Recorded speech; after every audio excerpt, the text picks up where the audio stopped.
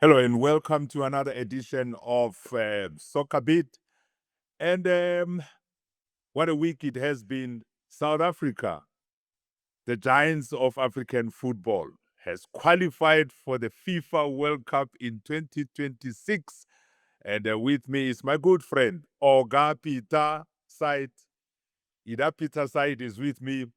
But as always, before we start our discussion, to just break down Group C, which South Africa topped and Nigeria came second. Please like the video, subscribe, as well as share this video because, as always, we have incredible news for you. Pastor Dr. Idah Peterside, welcome to the show. TK, I knew you brought me here to slaughter me today. But the thing is that you guys in South Africa always say Nigerians don't help you. Nigerians don't like South Africans. We have proved it how much we loved you. How much we love you. Look at what we did to Benin for you. You did not qualify for the World Cup. We qualified for you. We qualified for you. Because if we had decided to lose to Benin, you wouldn't be talking like this. So congratulations must first go to Nigeria for helping you. That's where you start from. Then we will in turn come back and say congratulations to South Africa. Again, I want to say congratulations. You guys did well.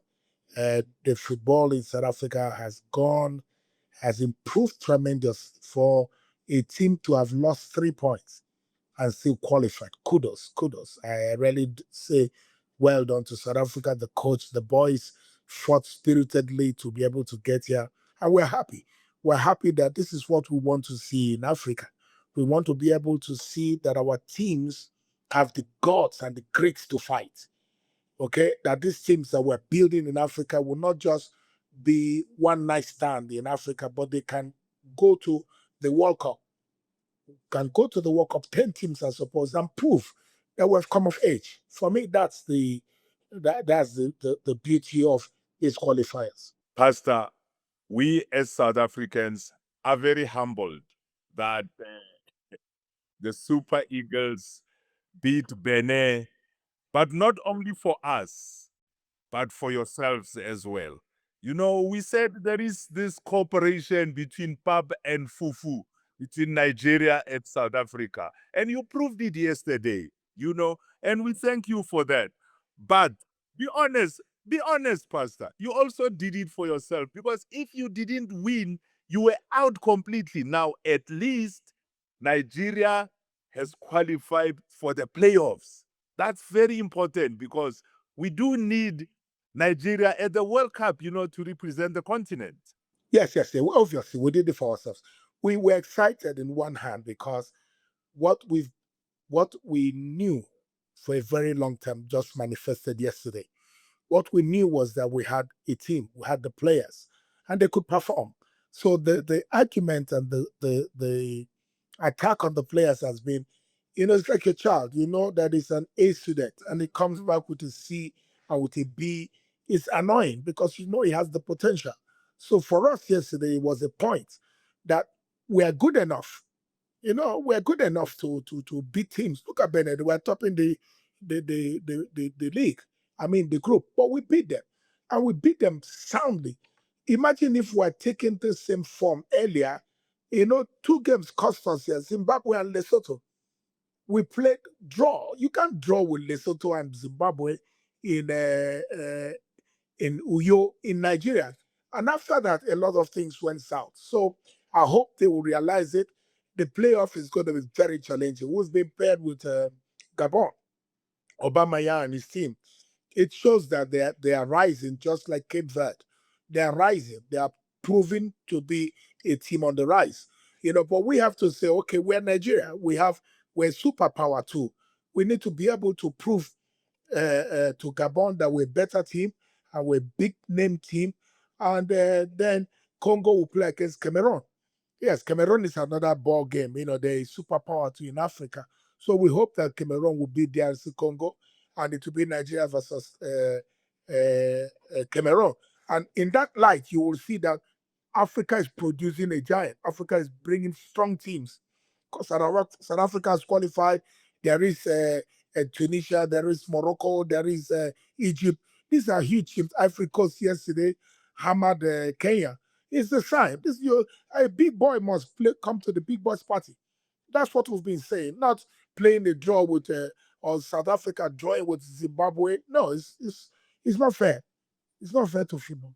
But you agree that the big boys came to the party like South Africa did yesterday. They really proved that when the chips are down, they can rise to the occasion. That's what we're saying. We've always said we know that there are superpowers in Africa. We know that there are teams that are supposed to genuinely, we don't take other teams that are rising for granted. But that's why everywhere you have grades A, B, C, D, E, F, G, H. That's great. So when the A, B, C, D, E, F have qualified, then you can start looking for E, Y, Z, this to complete the number. But when you don't see when you don't see A there, you don't see C there, then you know that something is not right. So with the teams that are qualified, we're very happy. The big boys are coming to the party. Like I said, that's the excitement that when they leave the shores of Africa, we'll be proud that these teams are representing us at the World Cup. We are excited. Nigeria has qualified. South Africa has qualified. There's a lot of excitement in the two countries. Okay, the rest of Africa, especially those that have qualified. But I think when I look at South Africa and I look at Nigeria, you were telling me that there has been administrative blunders within the federation. The same thing is happening in South Africa, where the team manager forgot to count the yellow cards that almost cost us qualification. Now we need to do better. We really do need to do better. The two countries, I mean. Again, like I said, it's leadership. We must get it right. I'm not saying bring ex-players and bring professionals. African football must be run professional. You don't hear about such things in Europe because everyone that you're asked to do a job does it very well. In Africa, we I don't know, something is not right with us. Something is not right with us. We don't want to do things in the right form, in the right way. That's why it's costing us a lot. You will hear now the World Cup is coming. Now, listen, the World Cup is in a year's time or thereabout. Is it not the time to begin to negotiate with the players? To begin to say, where are we camping? These things have been mapped out. There are dates, there are times, there are locations. These things have been mapped out by FIFA. Now you say, okay, players, you are going. Well, we know we're going to the World Cup. What are your views? What are your views? Do you have a place we can camp? Do we camp in South Africa? Do we go and camp in Mexico? Where do we camp? You have enough time. This is the responsibility of the organizations. Get this T's and I's and dots. Get it right. That when you come when the World Cup proper starts, it's not the time for African players to lock themselves in a room and say, we're not going out. Our bonuses have not been paid for 2 years. Clear these things out and give the players a good frame of mind. You understand? The players that you want to take to World Cup, begin to prep them, begin to prepare them. You can't find another player again, maybe one or two that will pop up somewhere. But hardly will you find another one. So the players you want to bring, and again, TK, all the rejects, I use the word rejects, all the rejects in Europe will now want to know that they're Africans. That's another problem. All the rejects, they've rejected them in France, they've rejected them in England, they've rejected them in Portugal, rejected them in Spain. Now they will say, my grandfather, grandmother, auntie, brother is African. Now they now want to associate with African team. After these young boys have fought themselves, paid the price, worked so hard to qualify for the World Cup, we should allow these strangers to stay in their country. Don't come and destabilize the teams that have qualified. The guys that have worked must eat. The guys that have qualified must be compensated. You will see what I'm saying now. All the English boys that have not played for years will not come. Are not good enough for the English squad. If they are not good enough for English team, they will not tell you that their grandmother is Afrikaans and their father is. If they have found the roots, if their great grandfather is Zulu. That's what you begin to see now. Let them stay in their Europe. I will stay in Africa. No, but I hear you, Idah. I still want to emphasize that we've got our administrations need to come to the party. We cannot allow it, and it's not that Nigeria are qualifying for the World Cup for the first time. No, South Africa is qualifying for the first time. We need to get our logistics right. We don't have to be caught napping, not knowing whether player A or player B has so many yellow cards. But besides that, it is, I agree with you, Idah, that our administrators need to get representatives of the national team players, sit down with them, work out a bonus structure, work out a program as of now. What is going to happen leading up to the World Cup? Where are they going to camp? Where, negotiate with the players' clubs now to say our players, we've qualified for the World Cup. We are going to need them from this particular period. All these things, get them out of the way, and let's have a smooth tournament. We don't want to see a situation where on the eve of the tournament, players are going on strike. I agree with you totally. Again, I hope they're listening to us and I hope that they will do the right thing. Again, this teaching time saves nine. So we agree with you. We hope that this will work out. I really do think we're going to have a great World Cup. That the teams that have qualified have planned properly, they've qualified on merits. And based on that, we all have to come together as a block. Africa is a block. If South Africa is played with support, if Algeria is played with support, if it is Ivory Coast with support, we must come as a block. We've already said it. They have to sit up. We want to come to America and enjoy a great World Cup. What is it, Idah? What is it about North Africa that makes them always, I mean, one, you hardly hear of their players going on strike. And when it comes to major tournaments, it doesn't matter whether it's the AFCON or it is the World Cup. Always they qualify. You've got Morocco, you've got Egypt, you've got Algeria, you've got Tunisia, all qualifying. And I look at the Southern Bloc, we've got 14 countries that make up COSAFA, and only South Africa has qualified. What is it about the North that we can copy from the North? A child cannot be a man automatically. A child is a child. If you behave like a child, you'll be called a child. These guys prepare. These guys plan. Look at their leagues. They start from there. This is exactly the why South Africa is being proper. Go to Africa. All you hear is quarrels, problem. If a president is fighting this person wants election, you have 3 factions, 4 factions. So it destabilizes the football. I remember some years ago, Namibia didn't play football for how long? Botswana didn't play football for how long? All politics, trying to look for who is going to be president. Zimbabwe had the problem. Zambia had the problem. Everybody's having problem from the office. And once you have this office problem, it reflects on the league, it reflects on the players. But you have never ever heard that there's an election problem in Egypt, in Morocco, in Tunisia. Correct. Nothing. Correct. Therefore, they have a system of replacement.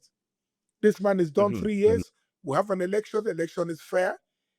Once the election is over, he dies. Everybody begins to support. That's just the difference. So the organization ability is top notch. It's like in England. Now, do you even know who is FA president in England? You don't know. No. Nobody cares. The football runs it's like on a remote control. Everything is done properly. In Germany, you don't know who is it. Exactly. But here in South Africa, oh, Daddy Jordan is in court. He's been charged with this. You go to Zambia, the Zambia people don't like this person. You go here, they don't want this person. It's just chaos everywhere in Africa. I think they've got the organizational ability right or system right, and it just shows. It just shows in their football and shows in their league. But we've got to give kudos to Cabo Verde. I mean, one of the smallest nation in the world, but they've qualified ahead of Cameroon for that matter. I think they deserve kudos either. There must be something they are doing right. We knew it for a long time. Remember the last Nations Cup? They almost got to the quarterfinals or semifinals. You remember? Yeah. I think they lost by penalty or thereabout. Is it to South To Africa? us, to Yes, South yes. to South To Africa, South Africa. yes. Okay, it just goes to show that their rise. Mhm. You can see that there's something happening in the organization, happening in their league. People don't pay attention to them, but they're coming. There's something they're doing Well right. organized. Well organized. Very well organized. No stories from the FA to no, you can't hear any stories about them. So they're focused on football. We don't even know their league. Now, if you go and look deeply in their league, you'll find out that something is done proper. And once those things are done properly, it reflects on the national team. Again, I give kudos to South Africa in some way. Look at the league. The South African league is one of the best in Africa. Yes, we have some issues, but the league is run differently from the FA.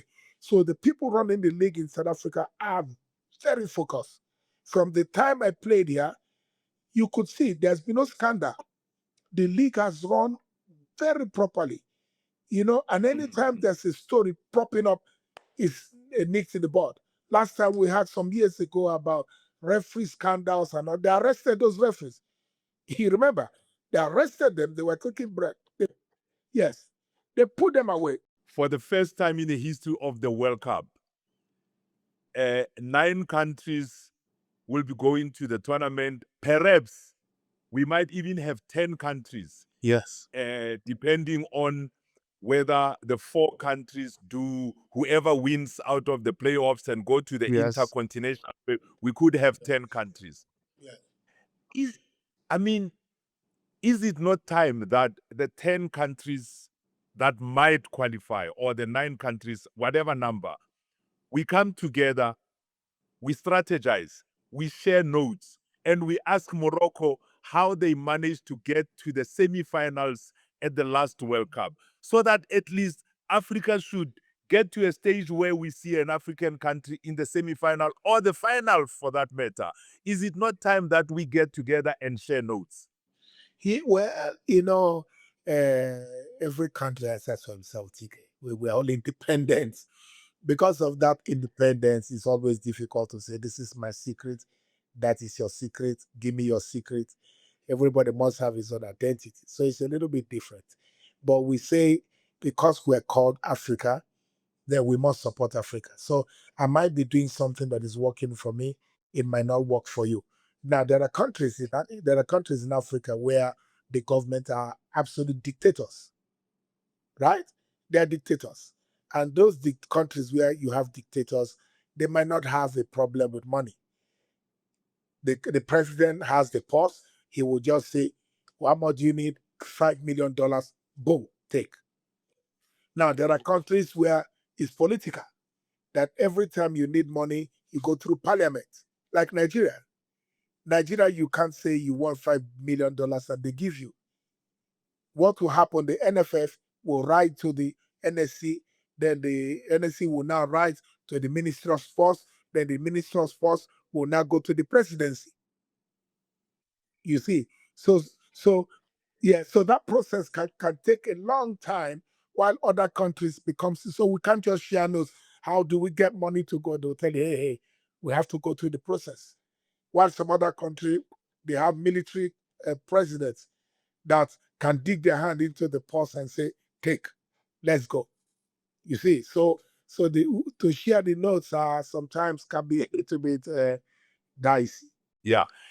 In wrapping up, Idah, personally, I was quite impressed about Victor Osimhen's performance last night against Benin, scoring a hat-trick. For the first time in so many qualifiers, he gave me the kind of performance that I know him for. Yes. What sparked this? What sparked that performance? we had a player that was man of the match. We know that Osimhen scored 3 goals, but we have a player that lit up the stadium yesterday is Chukwueze. Chukwueze has never played the way he played for Nigeria. You know, he plays. He's in Fulham now, and is doing well for Fulham. And his game yesterday was just unbelievable. You know, so the crosses were coming. The crosses, Osimhen is best with his head. So the crosses, the crosses are not coming, and they're feeding him the balls. Before, it's a player that wants to. It's a box player. He doesn't play outside the box. Mostly, you hardly find him scoring with his feet. Most times with his head. He's 6'4". You understand? So Yeah.